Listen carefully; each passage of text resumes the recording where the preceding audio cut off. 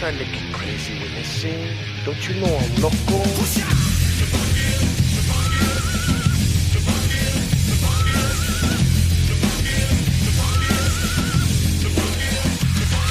Because my dad already had a name in out here in LA in the art scene, and I was trying to make my own name for myself. So then I resulted to painting. So I became a painter, and that's what separated me was becoming a painter. Where do you find your art going these days, Antonio? Well, like Isaac said, I'm known for pencil realism. But what my last body of work was combining that to what I do at work at Disney.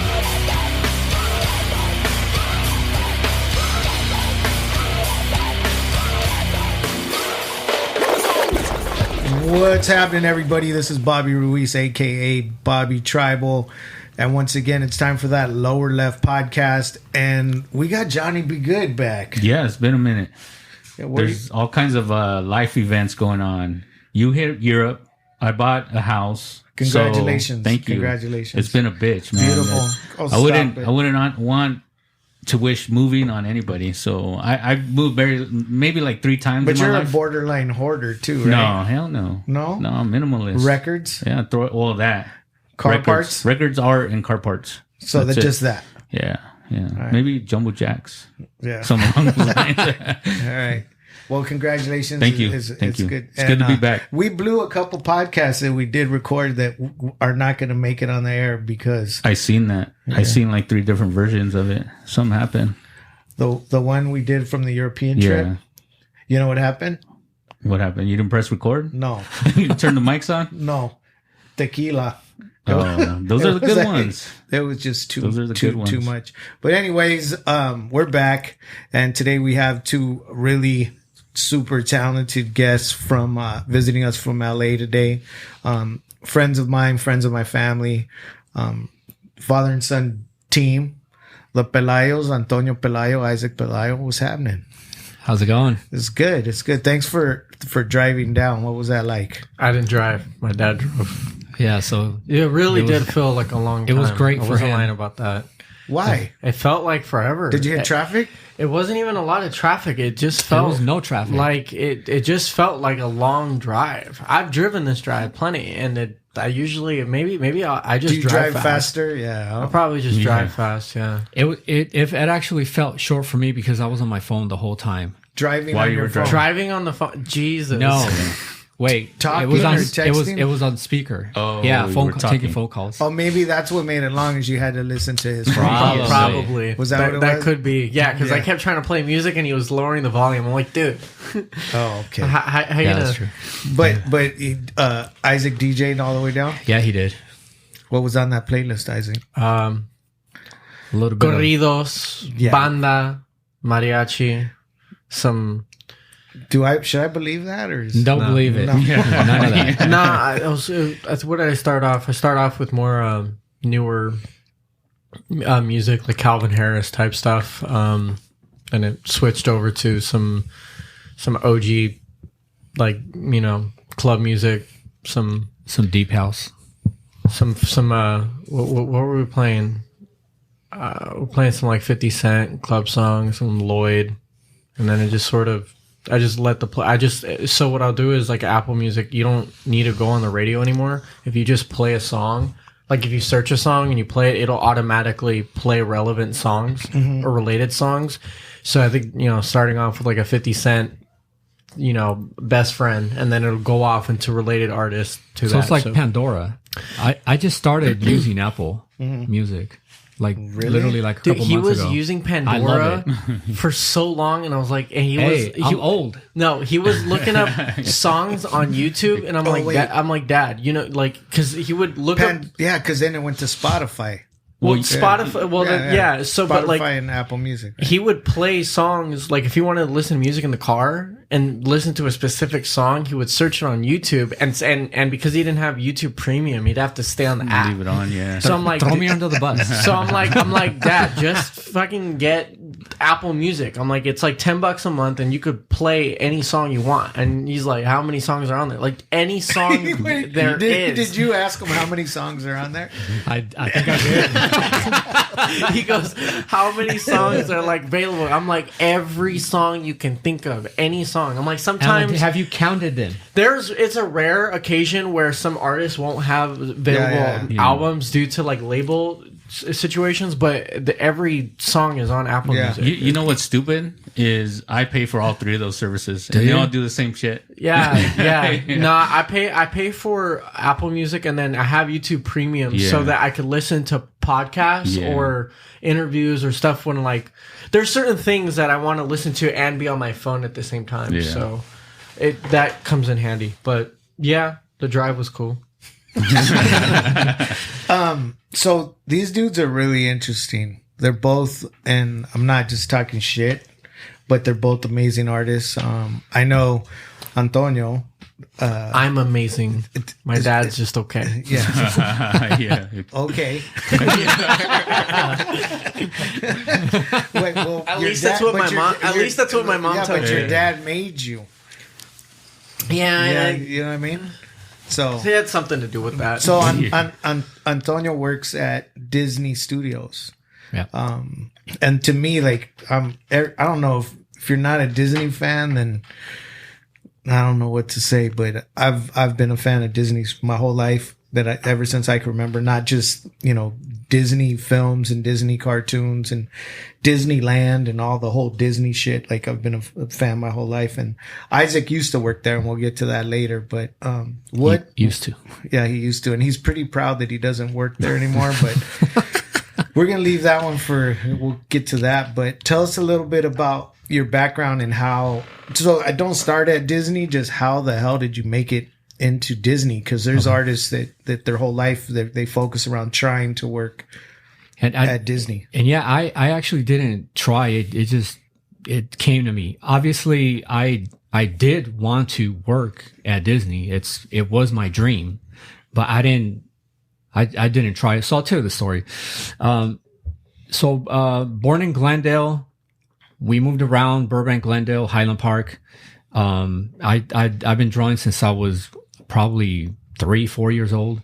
The earliest memory that I can remember of me doing some type of artwork, I went to the supermarket when we lived in Highland Park with my mom, and I took a magazine off the rack. It had Superman on it, and I took it home, and then obviously I stole it because I didn't know what I was doing.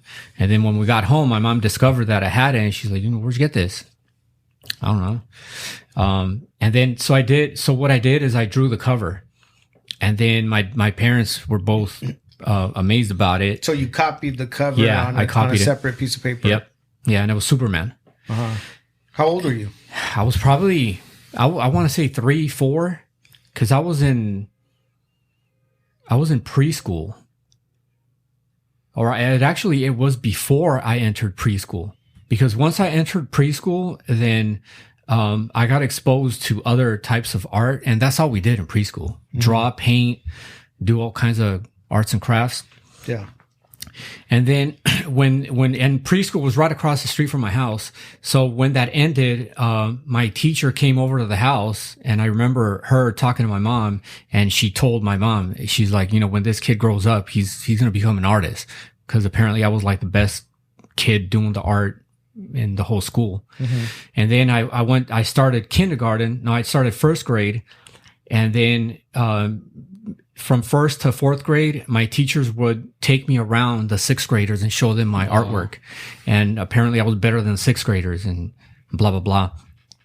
But, when I turned around 7, my mom started studying with the Jehovah's Witnesses, and my dad wasn't cool about it. So to make a long story short, he basically sent us to a ranch where they're from in Mexico, a small town, like maybe a couple hundred people. That's where they were born. And everyone in that town is Catholic. What's the town called? El Palmar. Where is that? It's probably like 2 hours away from Guadalajara. It's in Jalisco. Uh-huh. Yeah. So both my parents were born there.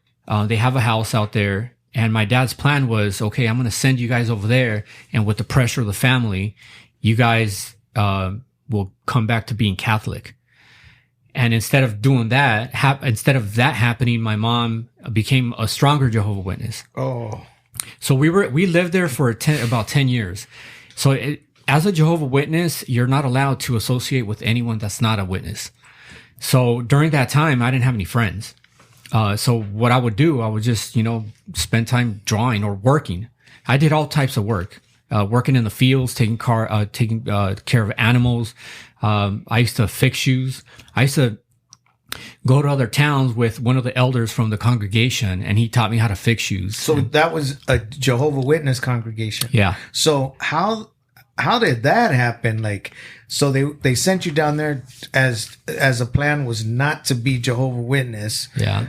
And then you guys ended up meeting up a bunch of Jehovah's Witnesses down there. My mom. And it was on even more. Yes. So that shit backfired on your dad. It did. It backfired. Didn't you say grandma was converting people or recruiting people? My mom has probably recruited to this date people in the hundreds. She converted half of her family. Wow. Yeah, she's a really good recruiter. Yeah. She should have been in sales. Yeah.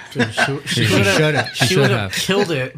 Like you can't sit down with that lady and battle about religion. Yeah. There's no battling with her. She's really good. She knows her Bible. Yeah. In and out. And she's still a witness. Yeah. Yeah. To the core. And look at you, Isaac. Now, to imagine if she got into some like pyramid scheme. Like just that is a pyramid scheme. Well, they don't. I mean, is it? I think so. This is gonna be a dumb question, but I mean, she doesn't get paid for recruiting people. No one gets paid. Yeah, like imagine. As a matter of fact, you pay the congregation. You have to like pay your paycheck, right, or something like that. Well, you're supposed to donate like 10-15% of your pay to the congregation. That's how the congregation stays alive.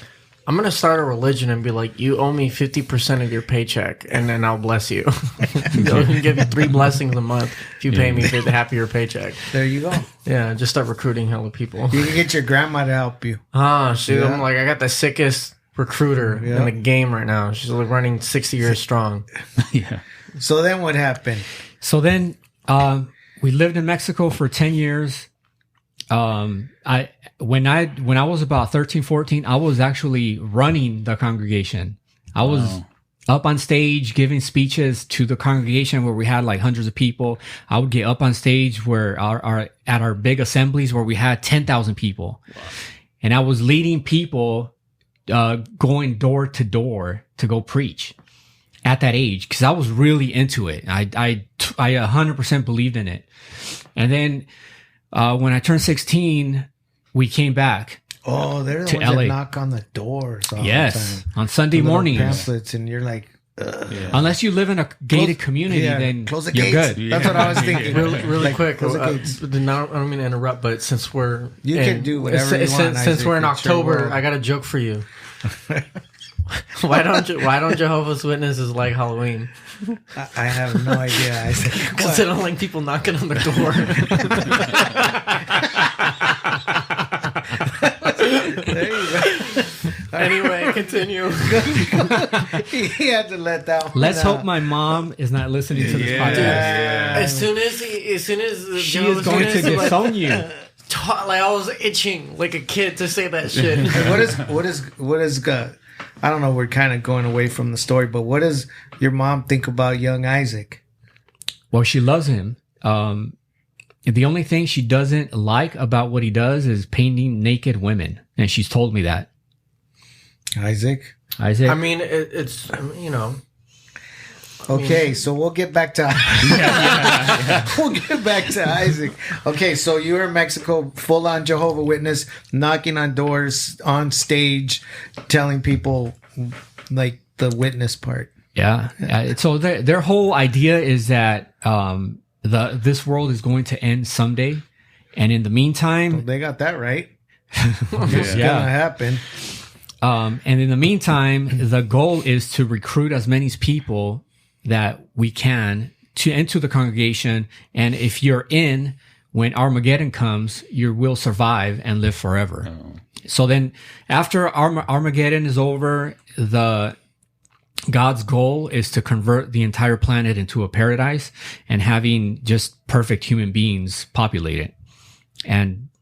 But he wants to pick the ones that are obedient to him, and he's going to reward them with eternal life. So that's the goal. So that's the Jehovah Witness way. Yeah. Yeah. That's Not what they way believe in. like that way. Way. With the Yeah. With the W. Like Mandalorian, this is the way. Yeah. So, came back from Mexico. Actually, I was not supposed to come back with my mom and my sisters. One day, they're like, we got to go visit your dad during the summer.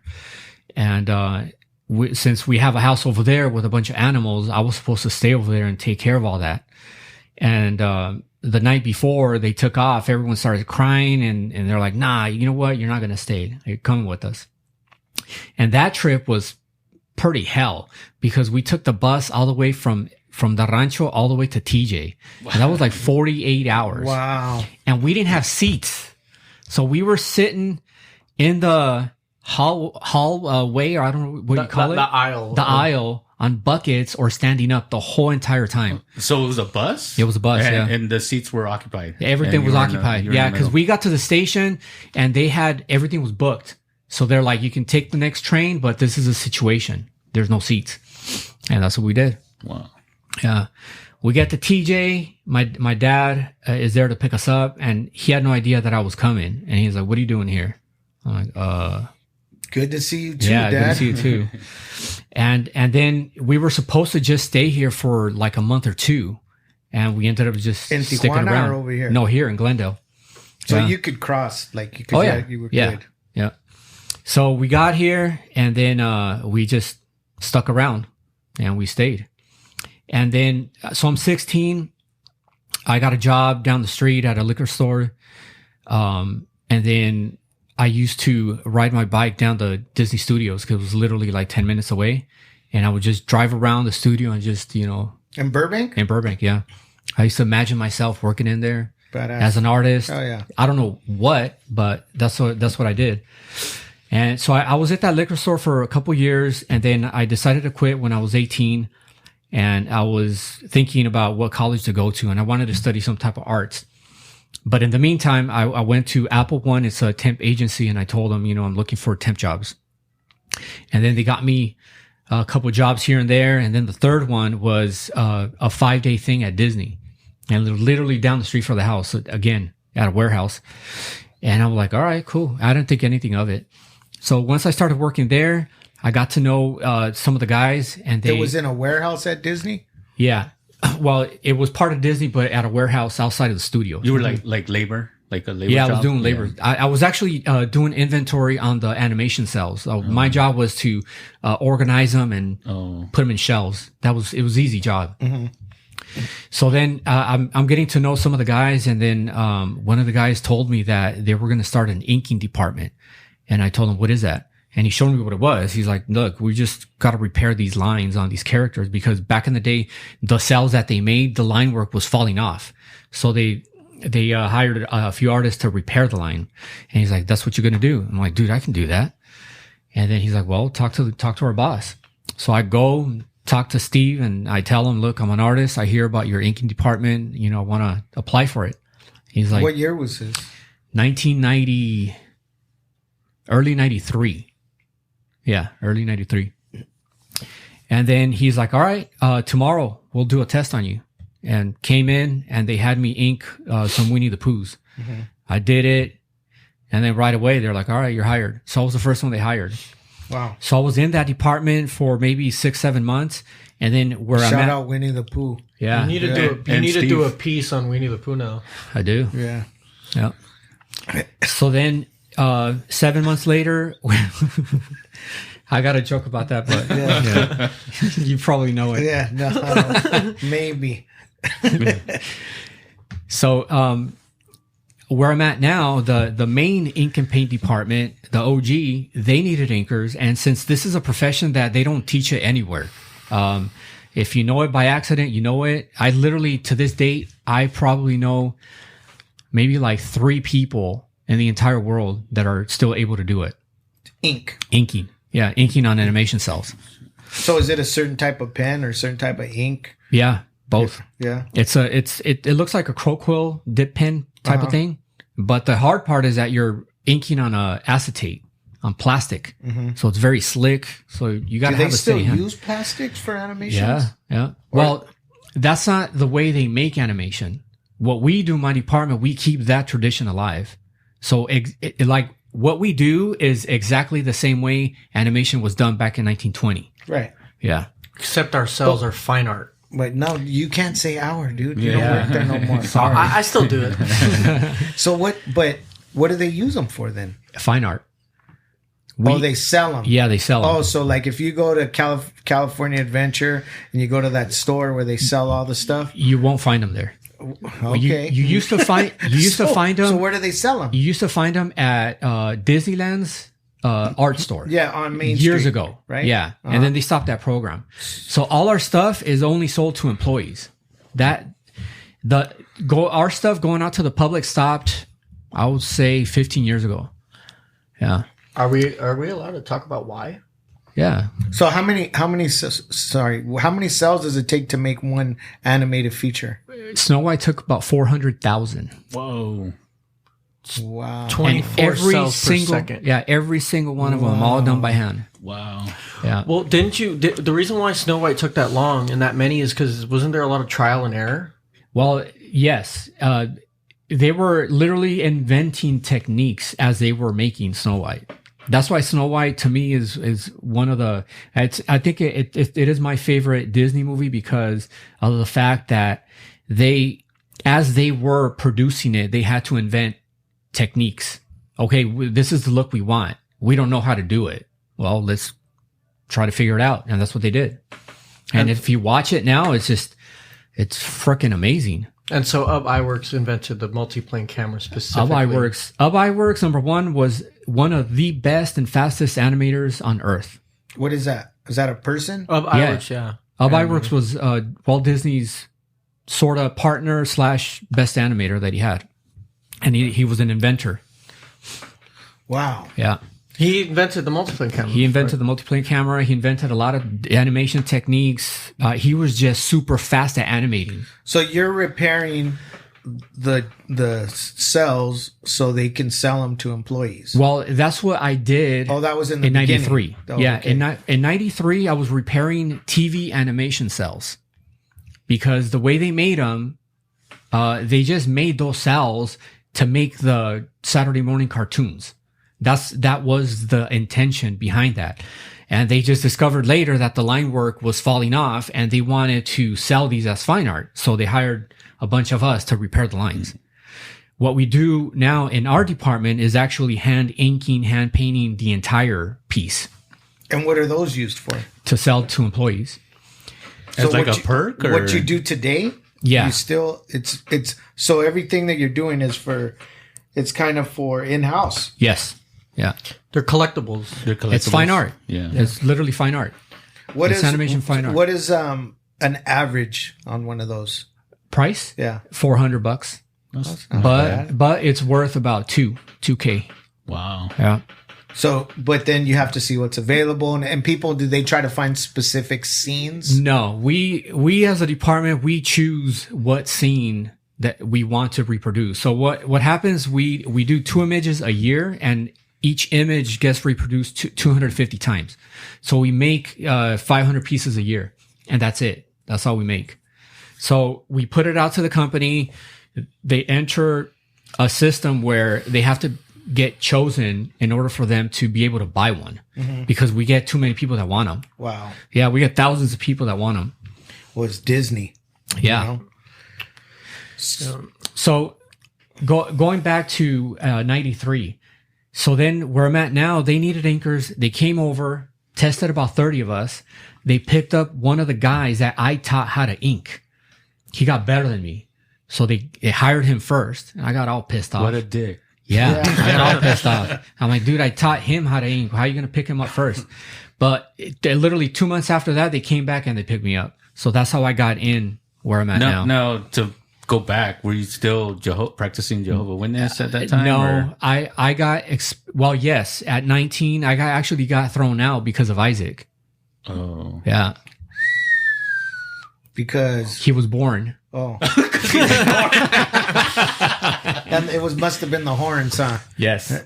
Well, as a Jehovah Witness, you're not supposed to have sex without being married. And you actually can't marry someone that's not a Jehovah Witness. So I started dating his mom. She got pregnant. Sick. Well, and I didn't even tell my mom. I didn't tell anyone that she was pregnant. My mom, I don't know how my mom found out, but one day I was walking out of the house and my mom walks out following me, and I was about to get in my car. She's like, "Oh, I heard what you did with Melissa," says mom. And I'm like, "What?" And she's like, "Oh, I heard she's pregnant." I'm like, "Oh, about that." Yeah. We'll talk about that later. Whoa. And then she's like, "You need to tell the elders."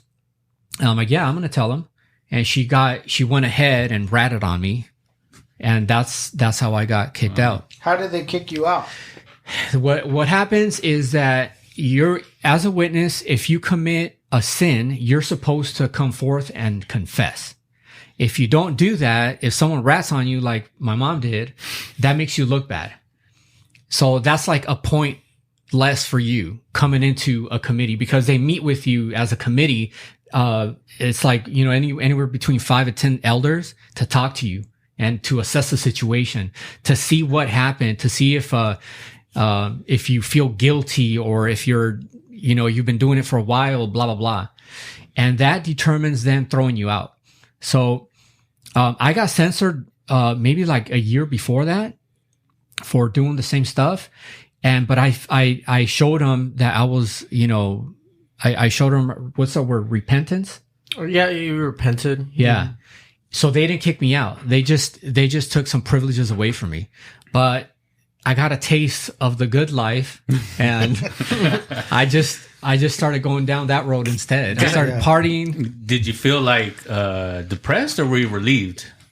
Or a little bit of both. You know what I mean? Like the first time you got separated from, that. The first time I was depressed. I even cried, because you're a witness, a loyal, committed witness for such a long time, and then to arrive at a place where they just like, you know what, you're not one of us anymore. Yeah. So it does feel kind of shitty. So did it happen? It happens with a lot of kids once they get that freedom. All of a sudden, you don't just go party, you go over the top, like do too much. Most of the people that get expelled from being a Jehovah's Witness are the young guys and girls, because they start drinking, sex, and all that stuff. So that's the majority. Yeah. Oh, sorry. Yeah. But did you go in like all in, like big? Oh yeah, man! I started partying hard. Yeah. Yeah. Like I fell in love with it. Yeah. Yeah. That's a lot going on at that time of your life. You're going to have a kid, and you got, your job at Disney. Yeah. There's a lot going on right then. Yeah. So what you're doing now is the same thing. You're inking, but you're doing full color inking, or? Everything. Full hand inking, full hand painting. So what about, Isaac? How'd you get Isaac in, or what happened with? How did that? Or did he get himself in? Or no? My ex coworker passed away, so we needed the one that was better than you. She was a better painer. Was it? But she couldn't. The one that took the job first. No, that was a guy. Well, so in '90, I got hired at Disney's Ink and Paint in September '94. That guy that got hired before me lasted. I want to say maybe 5 years. And then the department started shrinking. It was maybe like 50 of us. And then it shrunk all the way down to like literally 2 of us at one point. Whoa. Yeah. So that guy lasted about 5 years. He got laid off. And I'm sure he was pissed. Actually, a lot of people were pissed in my department because I was the one with less seniority and I outlasted everyone. So at this moment now, I'm the old guy in there. At one point, I was the youngest dude. I was 19 when I started there, and the person closest to my age was already like maybe 35, and now I'm the oldest one. Yeah. You're what, 27 years there now? 28? Yeah, 28. Yeah, going on 30. Yeah, I got there by accident, though. It's funny because we had talked about it as a kid. We were like, oh, imagine you working here too. But the problem is that Disney has an issue with nepotism, like most big corporations. So it seemed like a tall order situation. Like, that's probably never going to happen. And I'd always wanted to work at Disney, but I wanted to be a Disney actor. I never thought about going into what he does because it's like a super special trade. They don't even teach that at Cal Arts. Cal Arts is Walt Disney's college institution. So, you know, we didn't really, it seemed less likely than more likely. And then I just moved back from Vegas in 2017. I was working at a tattoo shop in Highland Park, and he was telling me that his coworker was sick. And at this point, it was just them two. It was my dad and his coworker. She's the other inker and painter. And she got really sick, and she got cancer. Yeah.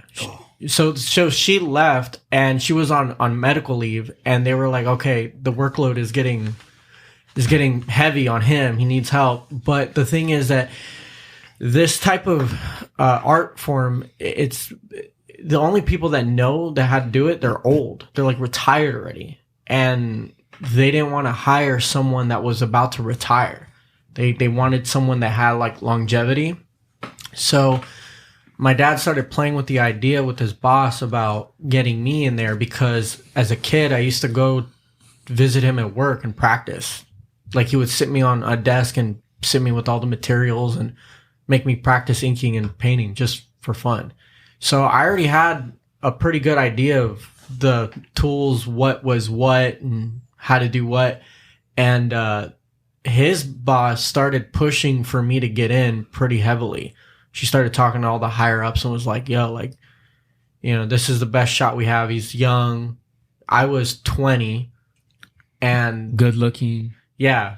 Single. Smart, that's what got him in. Yeah. Smart. Yeah. Like, keep going. But, so she battled for me to get in, and they finally got me in, and I was on a training period for like 6 months, which was more or less just knowing the history, getting familiar with the department. I already knew how to do what they're doing. I just needed to fine tune the stuff. So does the cells, they're acetate? Is that what you said they were? That's what it's called. Yeah. So the ink, when it goes on there, does it just spread differently? What is the difference between inking on acetate and inking on a piece of paper? Like, is it the way that it adheres to the ink adheres to the acetate? Does it spread? It doesn't spread, but it can spread on paper. Because I do both. I ink on cells, and then we have each piece has certificates. It's sort of like this paper. Mm-hmm. So I have to number those certificates, and it spreads a little bit. Yeah. Yeah. But I use the same tool. The same ink, the same. Yeah. So what's the difference between acetate, inking paper and inking the acetate then? I'm sure you could imagine the consistency. I mean, you know, like sign painters that paint on windows and stuff. I'm gonna show you. It's super like slippery and sleek. So imagine like it's not gonna spread, or it doesn't dry into the material. It dries on top of the material. How quickly does it dry? Immediately. So you can't fuck up. So when you put down a line, you can fuck up, but not too much, because you can scrape off the line. But what happens, the nib scratches the cell as you're putting down the line. So if you want to repair it, you need to come over that scratch and cover the scratch. You can't go over. Yeah. Because the scratch will show. And if it shows, then the cell's ruined. So Isaac got hired. I got hired 4 years ago, yeah. I was there. You were there for how long? Well, 4 years, yeah. And then you just left recently? I just left recently, yeah, a few months ago. And why did you leave, if you don't mind me asking? And I know, but just for... Yeah. Well, when we went into quarantine, you know, it was funny because I was overworking there. I was cool at the first year. It was fun. It was a fun experience, but it quickly became a job, not a passion. And that got extremely heavy on me mentally. I think you're just, maybe your creativity didn't really have a chance to really, because it sounds like what you do is you're inking artwork that already exists, where you're a creative artist. It's a boring job. Yeah. It's a very boring job. And to give you an idea of how boring, when I first started working there, I was inking the same image for like 6 months. that can get very boring. Same image, and it was for 6 months. Yeah, and it was super boring. You're reproducing the same exact cell for it. And how big is the cell you're going to spend? 11 by 14 for 6 months. Yeah. Not that you're reproducing the same image. How many cells do you think you do a day? You can't look at it that way. We do 250 cells every 6 months. So we make about 500 cells a year. So however many cells in a day. So we can do. I mean, the thing is that some cells take an hour, some take 3 hours. It's just, you can't really look at it that way. But here, let me watch that video. That's me inking. It's sort of like tattooing. You got to have a very steady hand. Mm-hmm. You know, not too many people do this in the world. I'm probably literally a handful of people that can do this. Those single lines look like you could be a pinstriper. I was just about to say that a pinstripe, maybe a pinstriper and a tattoo artist. If somebody wants to check out Antonio's, what I'm looking at right now, his Instagram's Antonio Pelayo. Antonio Pelayo, all one word. So you could check it out there, and we'll also put it on the post. But wow, yeah, it's a very difficult. That's cool. Skill. You want to look at it? Yeah. Let me see. So then Isaac was. So you decided. Last year during the quarantine, I wasn't getting furloughed. It forced me to work on my personal fine art. Cool. Like I said, I got over it the first year because it became a job. And what my main thing was, I would go to work for 8 hours, and then midday I'd have all these creative ideas and I couldn't just execute them. I'd be stuck at work. So I would battle with that. By the time I'd get home, I'd be mentally exhausted from working all day. I just wanted to go to sleep. And I realized that I couldn't, my personal fine art was being affected because all my creativity and energy was being wasted during work hours. And that started to become really frustrating, to the point where it made me super pissed off a lot of the time. And I just started to go to work angry, just be pissed because I knew that I'd be stuck there all day. Then you had to work with your pissed off son all day. That's right. Yeah. And then so when we went into quarantine, I put a lot of energy into my fine art. A lot. I mean, the first month I didn't paint anything when we first went into quarantine, and I got really depressed because he was living with me during quarantine. We're stuck in my little ass apartment for a month. I all our shows and plans completely went to shit, and I got super, super, super depressed. Can we curse here? You can say fuck. It's shit. Okay, yeah. All right. I got super shit balls. Shit, yeah. Fucking depressed. No, you can say whatever you want. So, and then randomly Johnny says shit balls. Those are the two curse words that come to mind. Right. So you got really depressed, and and then one month I painted a painting that gained a lot of popularity, and it was different from all the work that I had created, and I started running with that. He got loose. It's the Mona Lisa with the smiley face. So I painted that. It got really popular. So I started building a body of work based on that newfound style. Didn't you put that up at Art Basel too? No. I put up my master copy of Mona Lisa up at Art Basel. We were just talking about that yesterday. Where's that original? Home. Good. Yeah, I haven't. You know what's funny? I haven't displayed that painting anywhere. The original has never been How big shown. is it? It's 18 by 24. No, the original? No. It's bigger? Yeah, it's 2 inches off from the original. It's 2 inches shorter and 2 inches wider than the original Mona Lisa. Oh, okay. I forget the dimensions. I got to look at it, but it's roughly it's about the same size. I purposely tried to do it the same size, and the original is painted on poplar wood, and I used birch wood, and I wanted it to be as close of a master study as I could possibly do it. But yeah, so I painted that other Mona Lisa with the smiley face, and then I started building a body of work around that new style, and that kept me like super busy. And I started selling a lot of work last year, by myself, without a gallery, without a dealer, without anyone helping me. And the year before, right? Well, no. Well, the year before, I mean, I've always sold work, but not nearly as much as work I sold in the last year. Mm-hmm. I mean, I sold a couple hundred pieces by myself.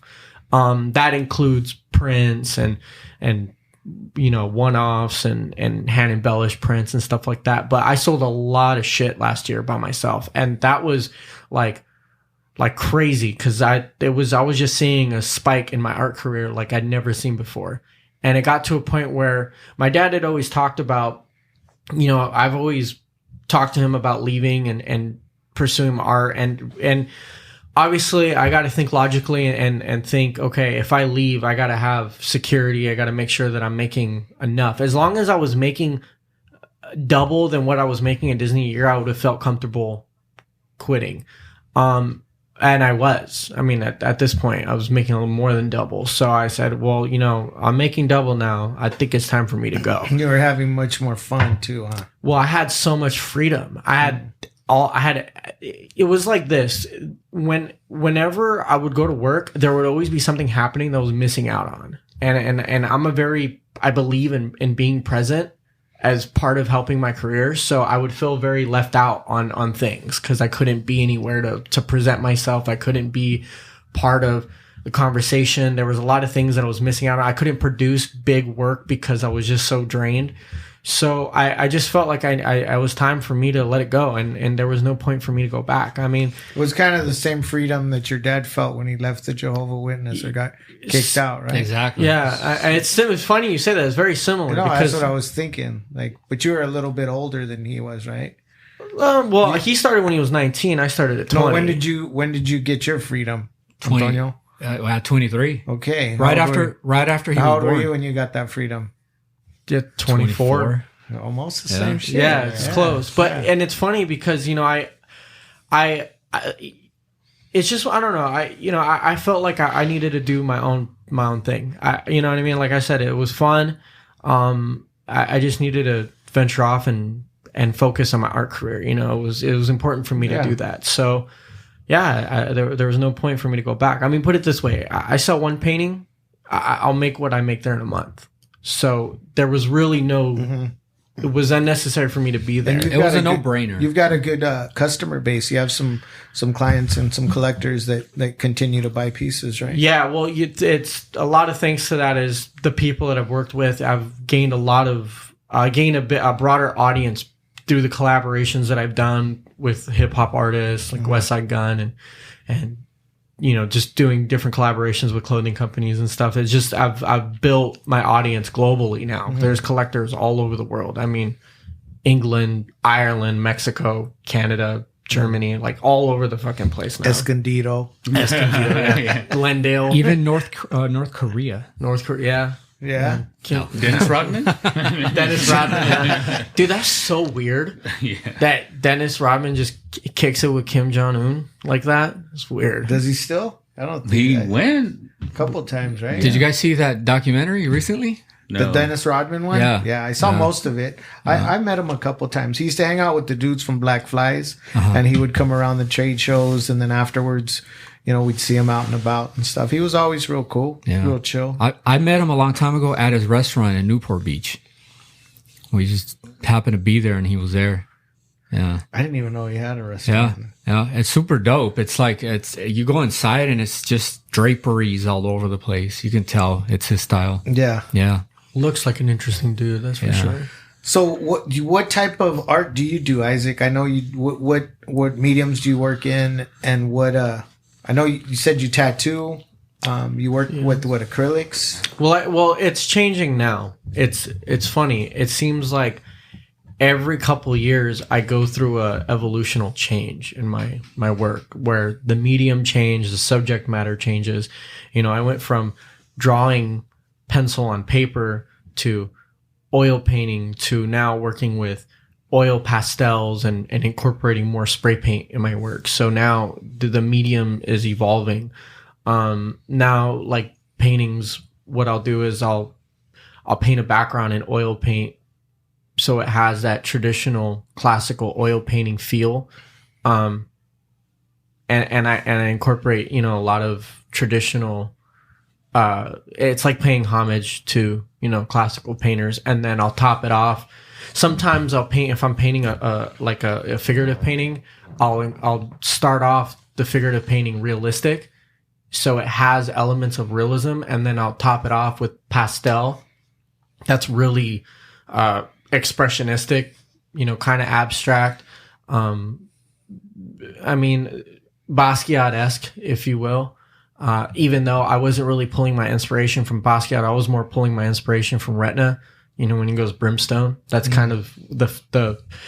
It's funny. I had a conversation with my dad a couple years ago. I want one of those. Yeah, the brimstone pieces. Yeah, those are dope. Yeah. It's funny. A lot of people don't like them, but I don't know. For some reason, I look at them and I think that speaks volumes. I think it's beyond his letter shit. Yeah. I have Mo on my stomach, so like I know, but when I see those, they speak crazy volumes. They look more human to me. So I wanted to be able to take that human, like very loose, fleshy, defiant type of energy and incorporate it with something more elegant. And I actually got that advice from Shepard.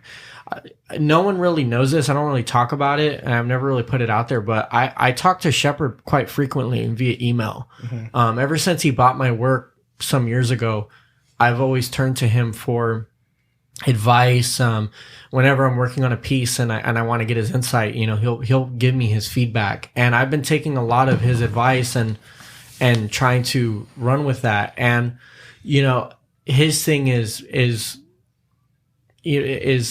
having this sort of combination of elegance and perfection mixed with like this tension of looseness and like fuck it. That's almost verbatim. He said you need to incorporate some more fuck it in your work. Banksy did some shit like that. Like he would take like classical style paintings and he would put like cartoon characters on it, or he would even then more so though the cartoon characters were really like precise, and this is more like rough, more on the Connor Harrington spectrum. If you know who Connor Harrington is, his work is he'll do colonial depictions of generals and such, early like 1700s type or 1800s type stuff, and he'll add like dripping paint on it, but very, very abstract and just splash of paint where you can see the figures peeking through the veil of dripping paint. And it's just like this crazy aggressive wash, So I had a conversation with my dad a couple years ago because we started talking about changing my work. I for a long time I would paint celebrities, and he for a long time told me I need to get out of that because for a long time he drew celebrities. That shit doesn't really sell. So I was trying to make the subject matter more personal and started using my own references, like pulling people that are unknown and just my friends and stuff. So the subject matter started to change. And then I told him I had a vision one time. I was like, dude, imagine if Retina went into like the Vatican and just fucking went brimstone on a classical painting, like what that would look like brimstone shit on top of like the Mona Lisa, if those two collaborated, what kind of marriage would that look like? Because I was really inspired by classical art and street art. So those are the two art forms that I like the most and that have affected me the most. So I wanted to take literally that. I was like, let me pull inspiration from Da Vinci and then pull inspiration from Retina and combine the two. Let me have these two styles merge. How can I bring those two together, but with my own shit? So a lot of my work is, iconography stuff. I mean, it's funny. Shepard was telling me I should be careful because some people may think that I'm making a critique on religion because I'll do a lot of depictions of like Virgin Mary and stuff like that with this graffiti type shit on top of it. And that's not the case at all. But it's funny because I do have this weird relationship with religion. I mean, I grew up with my dad, side of the family being Jehovah's Witness, my mom's side being Christian Catholic. At one point, my mom converted to Muslim, and then my ex's dad was atheist. So I had all these different religions around me, and it was just like it's been like a weird battle. I would actually take him when he was little to the Jehovah's Witness meetings or assemblies, and all we would do is draw. Dude, I used to get in trouble. We would go to church, and I would get in trouble for he would draw like these little crude cartoons of like a dude picking his nose, and he would show me like under like the table or something, like very discreetly, and then I would try to do the same, and I'd get caught, and I'd get chewed the fuck out. Yeah, I'd get in big trouble. Yeah, and I used to draw the elders from the congregation, and then one day I got caught, and the dude, the main elder in the congregation took me to the back, and he's like, "Hey, dude, you can't be doing this stuff." And he was looking at the drawing that I did of him. He's like, even though these are pretty damn good, but you can't do it. Yeah. So where is your art going now, Isaac? Like you said, it's transitioning. Well, because I know where you've been, mm-hmm. and because I know your work. Where is it transitioning to now? Well, right now I think I'm working. I'm trying to work on bigger pieces. More large scale stuff, really big stuff. Mm-hmm. I find it fun to work on big stuff. Mm-hmm. Trying to, cause you know what, in the recent work that I've created, I've heard a lot of different, I really do listen to everybody, the people that talk shit about my work, the people that talk good about my work. And I try to, I'm always trying to evolve it. And for a while, some people were saying that I was, biting certain artists, and that wasn't the case at all. So now I'm trying to just sharpen the blade and figure out what it is that I'm depicting and what's the story that I'm trying to tell with this style. And I just find myself, I want to start exhibiting overseas. I'm trying to build relationships with different galleries that can exhibit my work overseas, eventually do bigger stuff. I love collaborating with brands. I have a couple of collabs coming out. I have a collab with DGK, I think next month, mm-hmm. and another collab with Tango Hotel. That's Ricky Hilfiger's clothing company. So I have 2 collabs there, and those are fun because I get to see my artwork in a whole different perspective. Getting to see it on clothes, getting to see it on skateboards. I remember growing up with my uncles. They were big skaters, so seeing those graphics, I was just blown away by them as a kid, and always wondered what my artwork how it would register on the same situation. So I think it's, right now I'm just trying to get better and do more collabs, and just expand. You guys did a pretty good run of the Mona Lisa with Isaac. The Silk Cloud collab did pretty good for you guys. Oh, that always does good. You guys done a couple of different ones. Huh? We keep those up available because people love them. Yeah. Those are an unlimited design that me and Isaac have agreed to keep up because people see them and they want them. Like the Tupac with the third eye, they love that shit. Yeah, that people come all the time, and then I see new people wearing it. People overseas, so those are fun. Right now, I'm trying to fine tune the stuff because me and Isaac are always playing with different ideas, and I want to start doing more cut and sew stuff. Yeah. So it's more so saving the money, the capital to invest in better projects, getting, doing cooler stuff, and just instead of doing DTG printing on a t-shirt, trying to do more and more creative stuff. Yeah. But yeah, we're always throwing back ideas, and we got more stuff. How much has your dad's art influenced your art, other than like what you were doing for work? Like, well, a lot. At the beginning, it was funny because as a kid, I had no one else around me doing art, so my only bar that was set was my dad. Mm-hmm. Other than what I saw in art books and history books, my dad was at the pinnacle of, okay, I need to achieve this skill level in order to be good. Because at the time, as a kid, when you're 5, 6 years old, I'm thinking this is this was the bar. And then soon I got to a point where I felt, okay, I'm drawing pretty good, and people would mistake my work for his, and I wouldn't really have a voice. They wouldn't even know about me. Yeah. Like, we would exhibit together and people would just walk past my work thinking that it was his. And that didn't bother me. It was just more so, damn, I need my own identity so I can stand out. Because my dad already had a name in out here in LA in the art scene, and I was trying to make my own name for myself. So then I resulted to painting. So I became a painter, and that's what separated me was becoming a painter. Where do you find your art going these days, Antonio? Well, like Isaac said, I'm known for pencil realism. But what my last body of work was combining that to what I do at work at Disney. So I'm doing cartoons and pencil realism. Now what I'm trying to do is all animation, but bigger pieces. So that's where I'm going now. What do you mean? This is as far as your personal art? Yeah. Like animation of what? Characters? Childhood memories, like Popeye, Superman, all these cartoons that I grew up with. Yeah. But my whole idea is Popeye. I was looking at some Popeye shit the other day. I'm like, Popeye's gonna start popping up more.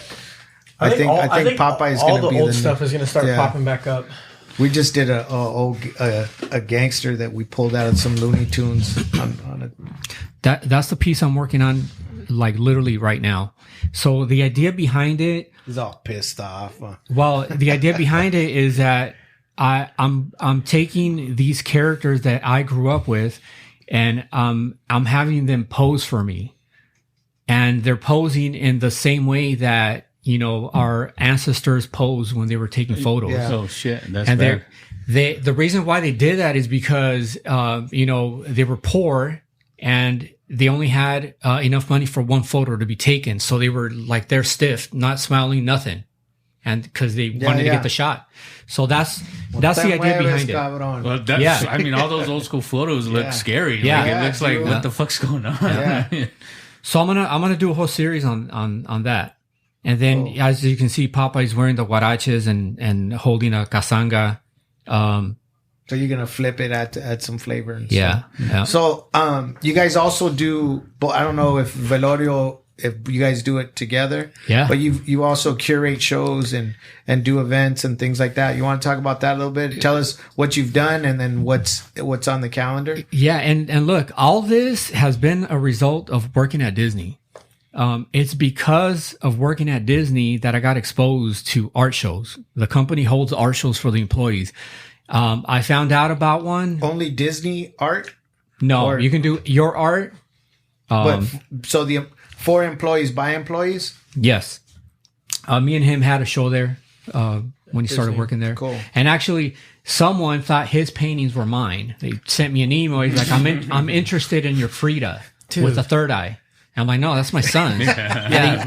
People are so confused. Maybe it's this. They see the last name. Well, I know it's so weird though. But because, you know what? It's not real common that you have a father. I mean, no one comes to mind, a father and son artists that are. I don't know anyone of the caliber that you guys. I don't know anyone. We talk about this quite often. And the only other people that I can think of that are like a father, aside from like you and Isaac, that do the same medium, the only other people I could think of is like Esteban and Heriberto. Yeah. But I mean, even this is like, I feel like this is even tighter. This is like more. Like we're doing exactly the same thing, and we're even merging. Do you guys do collab paintings, or is all that the time? Yeah, we have collaborative pieces, and it's funny because those pieces sell immediately. I mean, that work is wildly popular, and we're still trying to figure out better ways of bringing our work together because it's really interesting seeing. Well, let me tell them about the piece that you ruined. So damn. No, but check this out. We're at work. Fucked it all up. And I'm working on a pencil drawing, and Isaac comes over to my desk, sets his cup of water or something, and he spills it right on my drawing. And I was so pissed off, but I didn't say anything. I walked away. Yeah, he just walked away. And I'm looking at it, and I just let it marinate. And not even sorry, oops, nothing. I couldn't say anything. I knew I fucked up, and I just walked away. This is the thing, when my dad gets mad, it's like I'm not pissed off at you. I'm disappointed, and I'm just like I know this is just gonna fucking. Like, it's over. Like, the whole day is ruined because of this. So I'm going to just walk away and just... Because when he's pissed off, you need to let him breathe. Like, don't talk to him. Don't bother him. Just... He'll come back around. Same thing with me. Like, I'm like, don't bother me. Just walk away. Let me gather my thoughts, and then I'll come back to you. So I knew I needed to walk away. So I just walked away. I didn't try to say sorry or help clean up. Yeah. Walking away was the best thing I could do. You use guilt. Right? It make you feel like, man, I fucked up. No, I was just fucking like, damn, dude. I was like, I knew I fucked up, so I just walked away. So I just let it marinate, and then one idea popped up, and I'm like, let's see what happens. So I had drawn the image like right here, and this whole part of the paper was ruined. So I cut it off, and then I'm like, what if we paste this onto a piece of wood, and I'll have Isaac just paint the side of wood. And that's what we did. And this piece sold it was intentional. Immediately. So it worked. It worked out for the better. Yes. Look, check it out. A blessing in disguise. Yeah. Or a happy mistake. So this was like one of our first collabs, and it sold immediately. And that's one collab that we're gonna continue doing. So you did the little girl, and then Isaac did the dude selling the flowers. And we were scheduled to do a like father like son show. That's really cool. We were scheduled to do it last year, but it got canceled because of COVID. Where do you do your shows at? All over LA. So tell us about your shows, the ones that you do and the ones that... So let me tell you the story and how that evolved. So because of Disney, I get exposed to art shows. I start participating in some of them, and that got me motivated to become a fine art. Years later, a friend of mine introduces me to Retina. He showed Retina my Tupac drawing, and Retina told him, I want to buy it. And that's what got me to go meet him. He's like, my friend's like, hey dude, Mo wants to come, wants to see your Tupac. He wants to buy it. So I got my little portfolio, and I went to the studio in downtown and met him, and he's looking at him, and he's like, how much you want for it? And I was like so green in the world. I didn't know what the hell was going on. I just told him I want 10,000 for it, because I didn't want to sell it. I told him 10 grand, and he's like, well, I don't have that kind of money right now, but I'll put you in one of my shows, because he was curating shows back then. And I'm like, look, dude, I'm not ready. I don't have a lot of pieces. Fuck a trade? Like, hey, well, I'll just trade you? Shit. I didn't know. Knowing what I know now, I would have traded with him right away, but I didn't. What year was that? 2004. Yeah, 2004. So then, I told him I don't have a lot of pieces. I literally had like maybe 6, 7. So my idea was I'm going to build a portfolio and then start shopping for a gallery. But he offered, and then I'm like, yeah, let's do it. I framed up my pieces, and he put me in one of his shows. And then from there, my art career took off. And then from doing shows, I started getting hit up by people telling me you should curate shows. And I started doing that.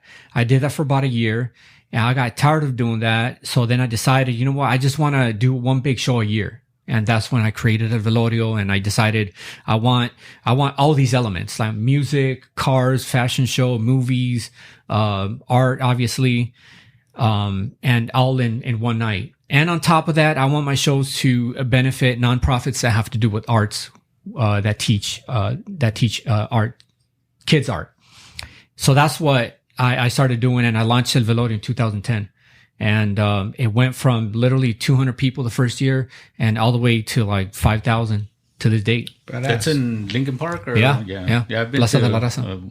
I've been to a few of them. Oh yeah, you have the Lucha Libre. La Bulla. Yeah. Okay, cool. I've done 4 big shows: El Velorio, Day of the Dead, La Bulla, Lucha Libre. LA Story was a lowrider show, and then a tattoo show called Tatuaje, which was I was partnered. To that one as well. I was partnered up with Freddie Negrete on that one. Yeah. So what's happening this year? El Velorio, November 6th. Tell us about that. Like how that's going to wear, how people could see it, if there's anything you need, or what.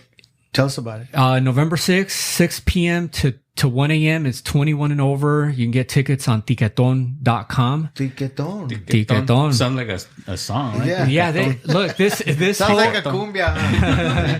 This whole event is happening because I'm making a movie. I think I told you about it. I'm making a lucha libre movie, and Isaac is actually the lead actor. And he's doing pretty Oscar good. Winning. Sometimes men wear stretchy pants. Yeah, that will be a sight to see.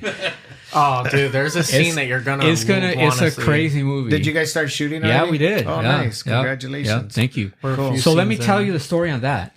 So wait, sorry not to interrupt you. Let's just so the Velorio, November 6th. It's in Pico Rivera Sports Arena. Okay, and what is it exactly this time? It's music. We have 2 big stages. We have El Daza headlining Palenque Soul Tribe, La Junta, hosted by Alicia del Valle and Danny Trejo. We have a lowrider / competition. We have a fashion show, altars, live art, food, drinks. And I'm curating the art show. Face painting. And Isaac is curating the art show. November 6th. I mean the time, I'm sorry. 6 p.m. to 1 a.m. Okay. 21 and over. Cool. All right. So then the movie. So then we start filming the movie, and we're filming at zero budget, like literally zero budget. So I was looking for locations that friends could recommend that they wouldn't charge us. So we needed a bar. And I put a post out on Facebook. We need a bar that would allow us to film. And I got a couple leads, but they were too far. And then out of nowhere, a friend of mine texts me. She's like, "Hey, dude, text Juan. Here's the number." And then I texted him, and I'm like, "Hey, our mutual friend Adriana asked me to contact you about see if you can let us use your bar. He has a bar in Boyle Heights." Perfect. So he got all excited when we were texting because he already knew who I was. And he's like, "Dude, it would be an honor," and blah, blah, blah. And I'm like, "Wait, this guy, who is this guy?" So I did research, and I'm like, "Dude, is this you?" And he's like, "Yes." I'm like, "What the fuck?" "Yeah, of course I know you." So then we start filming, and their bar is right by Mariachi Plaza in East LA. Mm-hmm. And we took a walk over there, and I told him, "Hey, how hard is it to throw events here?" He's like, "Bro, we can do events whenever we want." And I'm like, "Really?" I'm like, how would you guys feel if we teamed up to do El Velorio here this year? Because I'm not doing it. Plaza de la Raza is not allowing any events this year. And they're like, "Bro, hell yeah." So it went from that to, they were already organizing events that start tonight. They're called Semana Jalisco. And in Jalisco, in our state of Mexico, they, a whole week of October, they just party every single day. So they're bringing that here to LA. Johnny used to be like that. Yeah, used to. I'm reforming now. Yeah. So they're bringing that here to LA. And their idea was to put La Bulla and El Velorio in this week. Like La Bulla was supposed to happen yesterday and El Velorio on Thursday, tomorrow. That didn't happen. So it went to, you know what? Let's do El Velorio November 6th at Pico Rivera Sports Arena. And that's how it's happening. Cool. Yeah. And then so how did we get that? You tied that shit together. Did I? The movie and the event. You see that? Yeah, he sold it. He went from he went from the bar back to the Velorio from the movie. So how far along are you with the movie? What's the movie about? The movie, Isaac, you explain it. Well, we're a few scenes in. We're shooting scenes. We're kind of, with filming movies, we're shooting stuff from the middle of the movie, and then we're going back to the beginning scenes and stuff. And the plot of the movie, or the synopsis, is about this young kid in early 20s, artist. He's living in East LA, and he's a big lucha libre fan, like a fanatic. And he comes across a girl who he starts to really like, and things start to quickly change when this girl that he falls for ends up liking someone that he's a big fan of. Yeah, don't give away too much of the movie. Yeah, right. I'm just giving the synopsis. And this kid he's reading the script. Yeah. This kid is the character that I'm playing. His name's Jose. And he eventually becomes super sadistic and goes on a rampage, like a killing spree. But imagine Fight Club meets Joker meets American Psycho meets Nacho Libre. Meets the Pelayos. You just brought a twist right now. I didn't even think it was going to be like that. So what What are you shooting it on? 8K. Red cameras. Yeah. We're shooting on reds. red. Yeah, we're shooting it on nice. red 8K. Yeah, it's who's shooting it? Well, that's another crazy story. So the guy that's shooting it was my art dealer back in the day, back in 2006, 7, 8, 9, 10. He used to have a gallery in Pasadena called Mendenhouse Sobieski. It was one of the top galleries in the country. Ted is the one responsible of bringing Mark Ryden into the scene. Oh shit! Yeah, Ted Mendenhall represented all those guys that started in the lowbrow scene. Mark Ryden is an art god. Oh yeah, like he's he is God. Who's paid more than Ryden these days? I think Mark Ryden is the only living painter that's selling his paintings for the amount he's selling them right now. I've been a fan of Mark Ryden. You own Mark Ryden's? Prints. Well, even a print is really expensive. Yeah, I've got some good ones though. Yeah, we've got I think 3 or 4 of them. Nice. I don't have any Mark Ryden. I've got my favorite one that we have is called Rosie's Tea Party. And I recently acquired another one. It's called the Meat Show, I think. Oh, the Meat Show with Lincoln in it. Yeah. You've got some good ones. We've got Snow Girl. Yeah, that one too. Yeah. Snow Girl, and then one more I don't remember. And then the books, like even Wub from POD was actually the one who he gifted me the book. Like before I really knew much about Ryden, we were on Ventura Boulevard, and there was a gallery bookstore, and there was an original Ryden there. Mm-hmm. Huge, beautiful piece. It was one that had like this. There was an animal skull, really big, right in the center, and I think there was a pumpkin in it. I don't remember, but it was, and I was blown away. And they were selling the book there, and that book now is worth like over $1,000. Just that one Ryden book. But anyway, so you've got a good. Ted's a damn genius. Filmmaking is been his thing, but he put it on pause because he had a gallery and he was very busy with that. Mm-hmm. But now that he's retired, he's full on wanting to make movies. That's beautiful. Hell yeah. And we reconnected years later, and he started coming to my events. He saw La Bulla and El Velorio. He actually made the promo video for El Velorio in 2019. And he just came up with the idea. He's like, dude, you've like built this thing that we can make movies out of. And originally I told him, look, dude, there are no Day of the Dead live movies, like live action movies. There's none. Why don't you write one? He did, but he made it into a horror movie. And he's like, dude, that's not going to fly. We can't make it. And I'm like, why don't you do a lucha libre horror film? The idea of bringing back those films from the 50s, 60s. Yeah. So he went back to the drawing board, wrote it, and I read it, and he's like, dude, I love it. Let's do it. Those movie posters from those films. Yeah. You can revisit some of that stuff really cool, like the old luchador Mexican movie those movies are so fantastic. It would like the whole thing, the whole vibe, with like the music, the acting. The acting obviously is not like when badass, when are you trying to finish by, or rap? I should say. Well, there's no timeline for it. I mean, because we're going as we're locking in things. And I'll give you an example. We just locked in one of the other lead actors, and he's a partner in my event. But he's so busy that he hasn't even read the script, but he's going to be one of the big actors.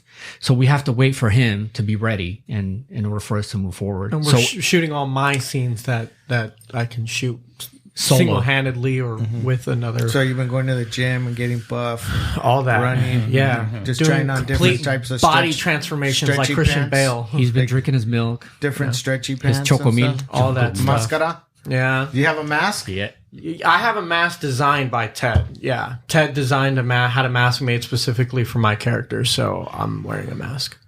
I think that's the shit. What else you guys got going on? We're gonna wrap this up pretty soon. So what probably Isaac's dinner in the next couple of hours. Yeah. That's cool. Well, him DJing for me while I drive. Oh yeah. Bedtime around 10. Yeah. So so Isaac's I've always been really impressed with this kid, like since I met him, and I I respect your hustle, and I see that your son you're Isaac. smart. No, he's you, all right. No, I'm playing. Yeah, well, he's cool too, and I'm happy that you guys became friends and have been able to do some projects together. But you, like, at your age, it's not common that you see kids that have your focus, your hustle, just the way that you carry yourself, and your dad obviously has been an inspiration to you, and it looks like you still surround yourself with really good people, and you're motivated, and you have some really good projects, and you have a following, and I see nothing but a bright as fuck future for you. And I know you've been in Forbes. We didn't talk about that. You were in Forbes Italy, right? It was Forbes India. Forbes, it was like a subsidiary division of the Forbes publication. Yeah, they did a article on the new stuff that I've been well, just the whole. I think an even bigger article was the Business Insider one, because they did a whole spread. His Kobe mural was everywhere. ESPN. Yeah, that too. That was LA Times. That was weird. I did that out of love, and it was more like I did that for my dad. But when not to interrupt you, but when you look at what's going on, and I tried to do my best, like always, to pay attention to who's doing what artistically, and who the names are that are coming up, and not just in the tattoo world, because we pay attention to that, and we all pay attention to that as well. But as far as diversity, and then out there making a noise and being a Chicano, yeah, dude, you're doing it. You're one of those kids. You're one of those kids right now. You're one of those people that are definitely making the noise and rattling the cage and whatever the hell you want to call it. And there's going to be, you're doing it. You're doing it. You know what I mean? It's like tough. I just did a meeting, a talk for Facebook a couple days ago, and I was telling them, I'm like, look, dude, I'm some people are gonna dislike what I'm gonna say, but it's really hard for Latino artists to make a name. And I we've had some good conversations and over some margaritas at my house. Oh yeah. I repeat a comment that you said to me that day, and we were into some political conversations and talking about Chicano leaders, Hispanic, if you will, which is a term I don't really use, leaders. And we started talking about that, and you go, well, who are they? Where are they? And you caught me off guard, and I was like, you mean now? Yeah, now. Like, who are they? And don't have any. That's right. We don't have, we have actors. We have some comedians, but we don't have very many of those. And they're actors and comedians. You can't expect them to get into politics and lead us. But, a lot of times we're crabs in a bucket, and there's people just pulling. He says that phrase every week. Well, it's people pulling each other down when we should be pulling each other up. But I think we've reached a point where, there's a lot of us that are working together and doing projects together and just, trying to pull each other up, and hopefully that's what's in the future. But, no, Isaac, I'm being like sincere. Like you're kicking ass, dude. Keep doing what you're doing. Stay healthy. Trying to stay healthy and just, pay attention to your pops, I guess, Yeah. Well, that's one thing, we've all get the chancla. The belt. I was during that Facebook really quick before we wrap that up. I was telling them, I've been forced to not claim anything being an artist. I'm just an artist. I'm not a Latino art. It's like, and I'm not knocking anything. There's no negativity in my comment. I'm speaking from perspective. Like, I find that it's a lot easier to be, a Caucasian artist or a black artist, because you have people advocating for those communities. I mean, artists who are white, they've always had that lane, but because you have, because the black community is so heavily embedded within each other and uplifting each other, they can they're shedding light on black artists, where Latino artists, like I said, we don't have those leaders that are pushing for us. We become pigeon-toed when we label ourselves as Latino artists or Chicano artists, and we're not taken as serious as those. We're not in the same conversation as the contemporary art world. Right. You'll never see a Latino artist in the likes of Gagosian or Jeffrey Deitch gallery to that highest caliber. Not yet. But, that's why I've had to force, both of us too, have forced to become we're just artists. Our work isn't just for Latinos, right. Even though that we depict some of it in our work, it's universal. Right. That's a good way to look at it. Like, even with, to make just with tribal too, like people ask me, who's it for? I'm like, whoever likes it. Like, we're not, I am a Chicano, I identify as a Chicano. And, I'm proud that we're running the brand, but at the end of the day, that's who I am. But yeah, the brand's for everybody, the art's for everybody. But you're right. The Jewish community has done a great job of supporting each other and uplifting each other. And we're creating lanes now. We're creating those lanes that I think are lacking. And hopefully there's going to be some leaders in the future or some people that can do a better job at, uplifting people. But we are all in the same circles, and we have a lot of friends that are, in common, that are doing some really big things and some good things. And hopefully that opens some doors for all of us, which I think it already has, and it will. You guys are doing some great things with your projects and your dad shows, and obviously your art and things like that. And we've all got some, there's some cool things that we're working on, and you guys will be involved with as well. So stay tuned. Because we're gonna, all of us, we're doing some things, and Johnny too. I'm just glad to be around. Yeah, nice. I'm glad to be breathing. Yeah, no, we're all good. So, any shout outs, anything? Shout out to Isaac. Pelayo. Shout out to your number one fan. Shout out to the Jehovah's Witnesses. Oh my God. Hey, but you know what? That was interesting. I think you educated some people, and there's some things that I didn't know about that I learned.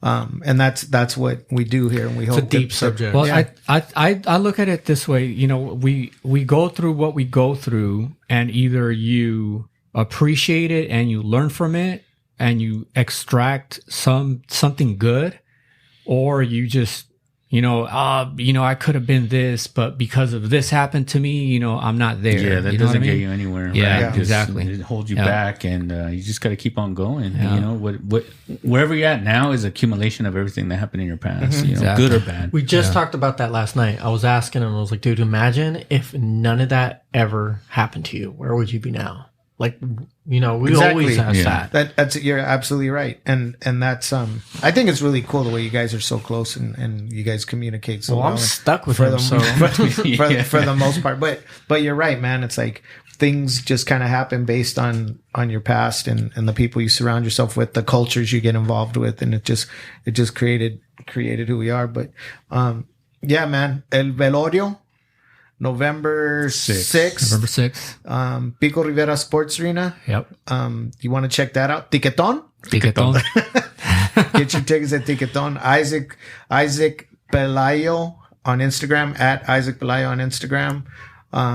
Antonio Pelayo, Johnny Be Good. Thank you guys for coming down. We appreciate it.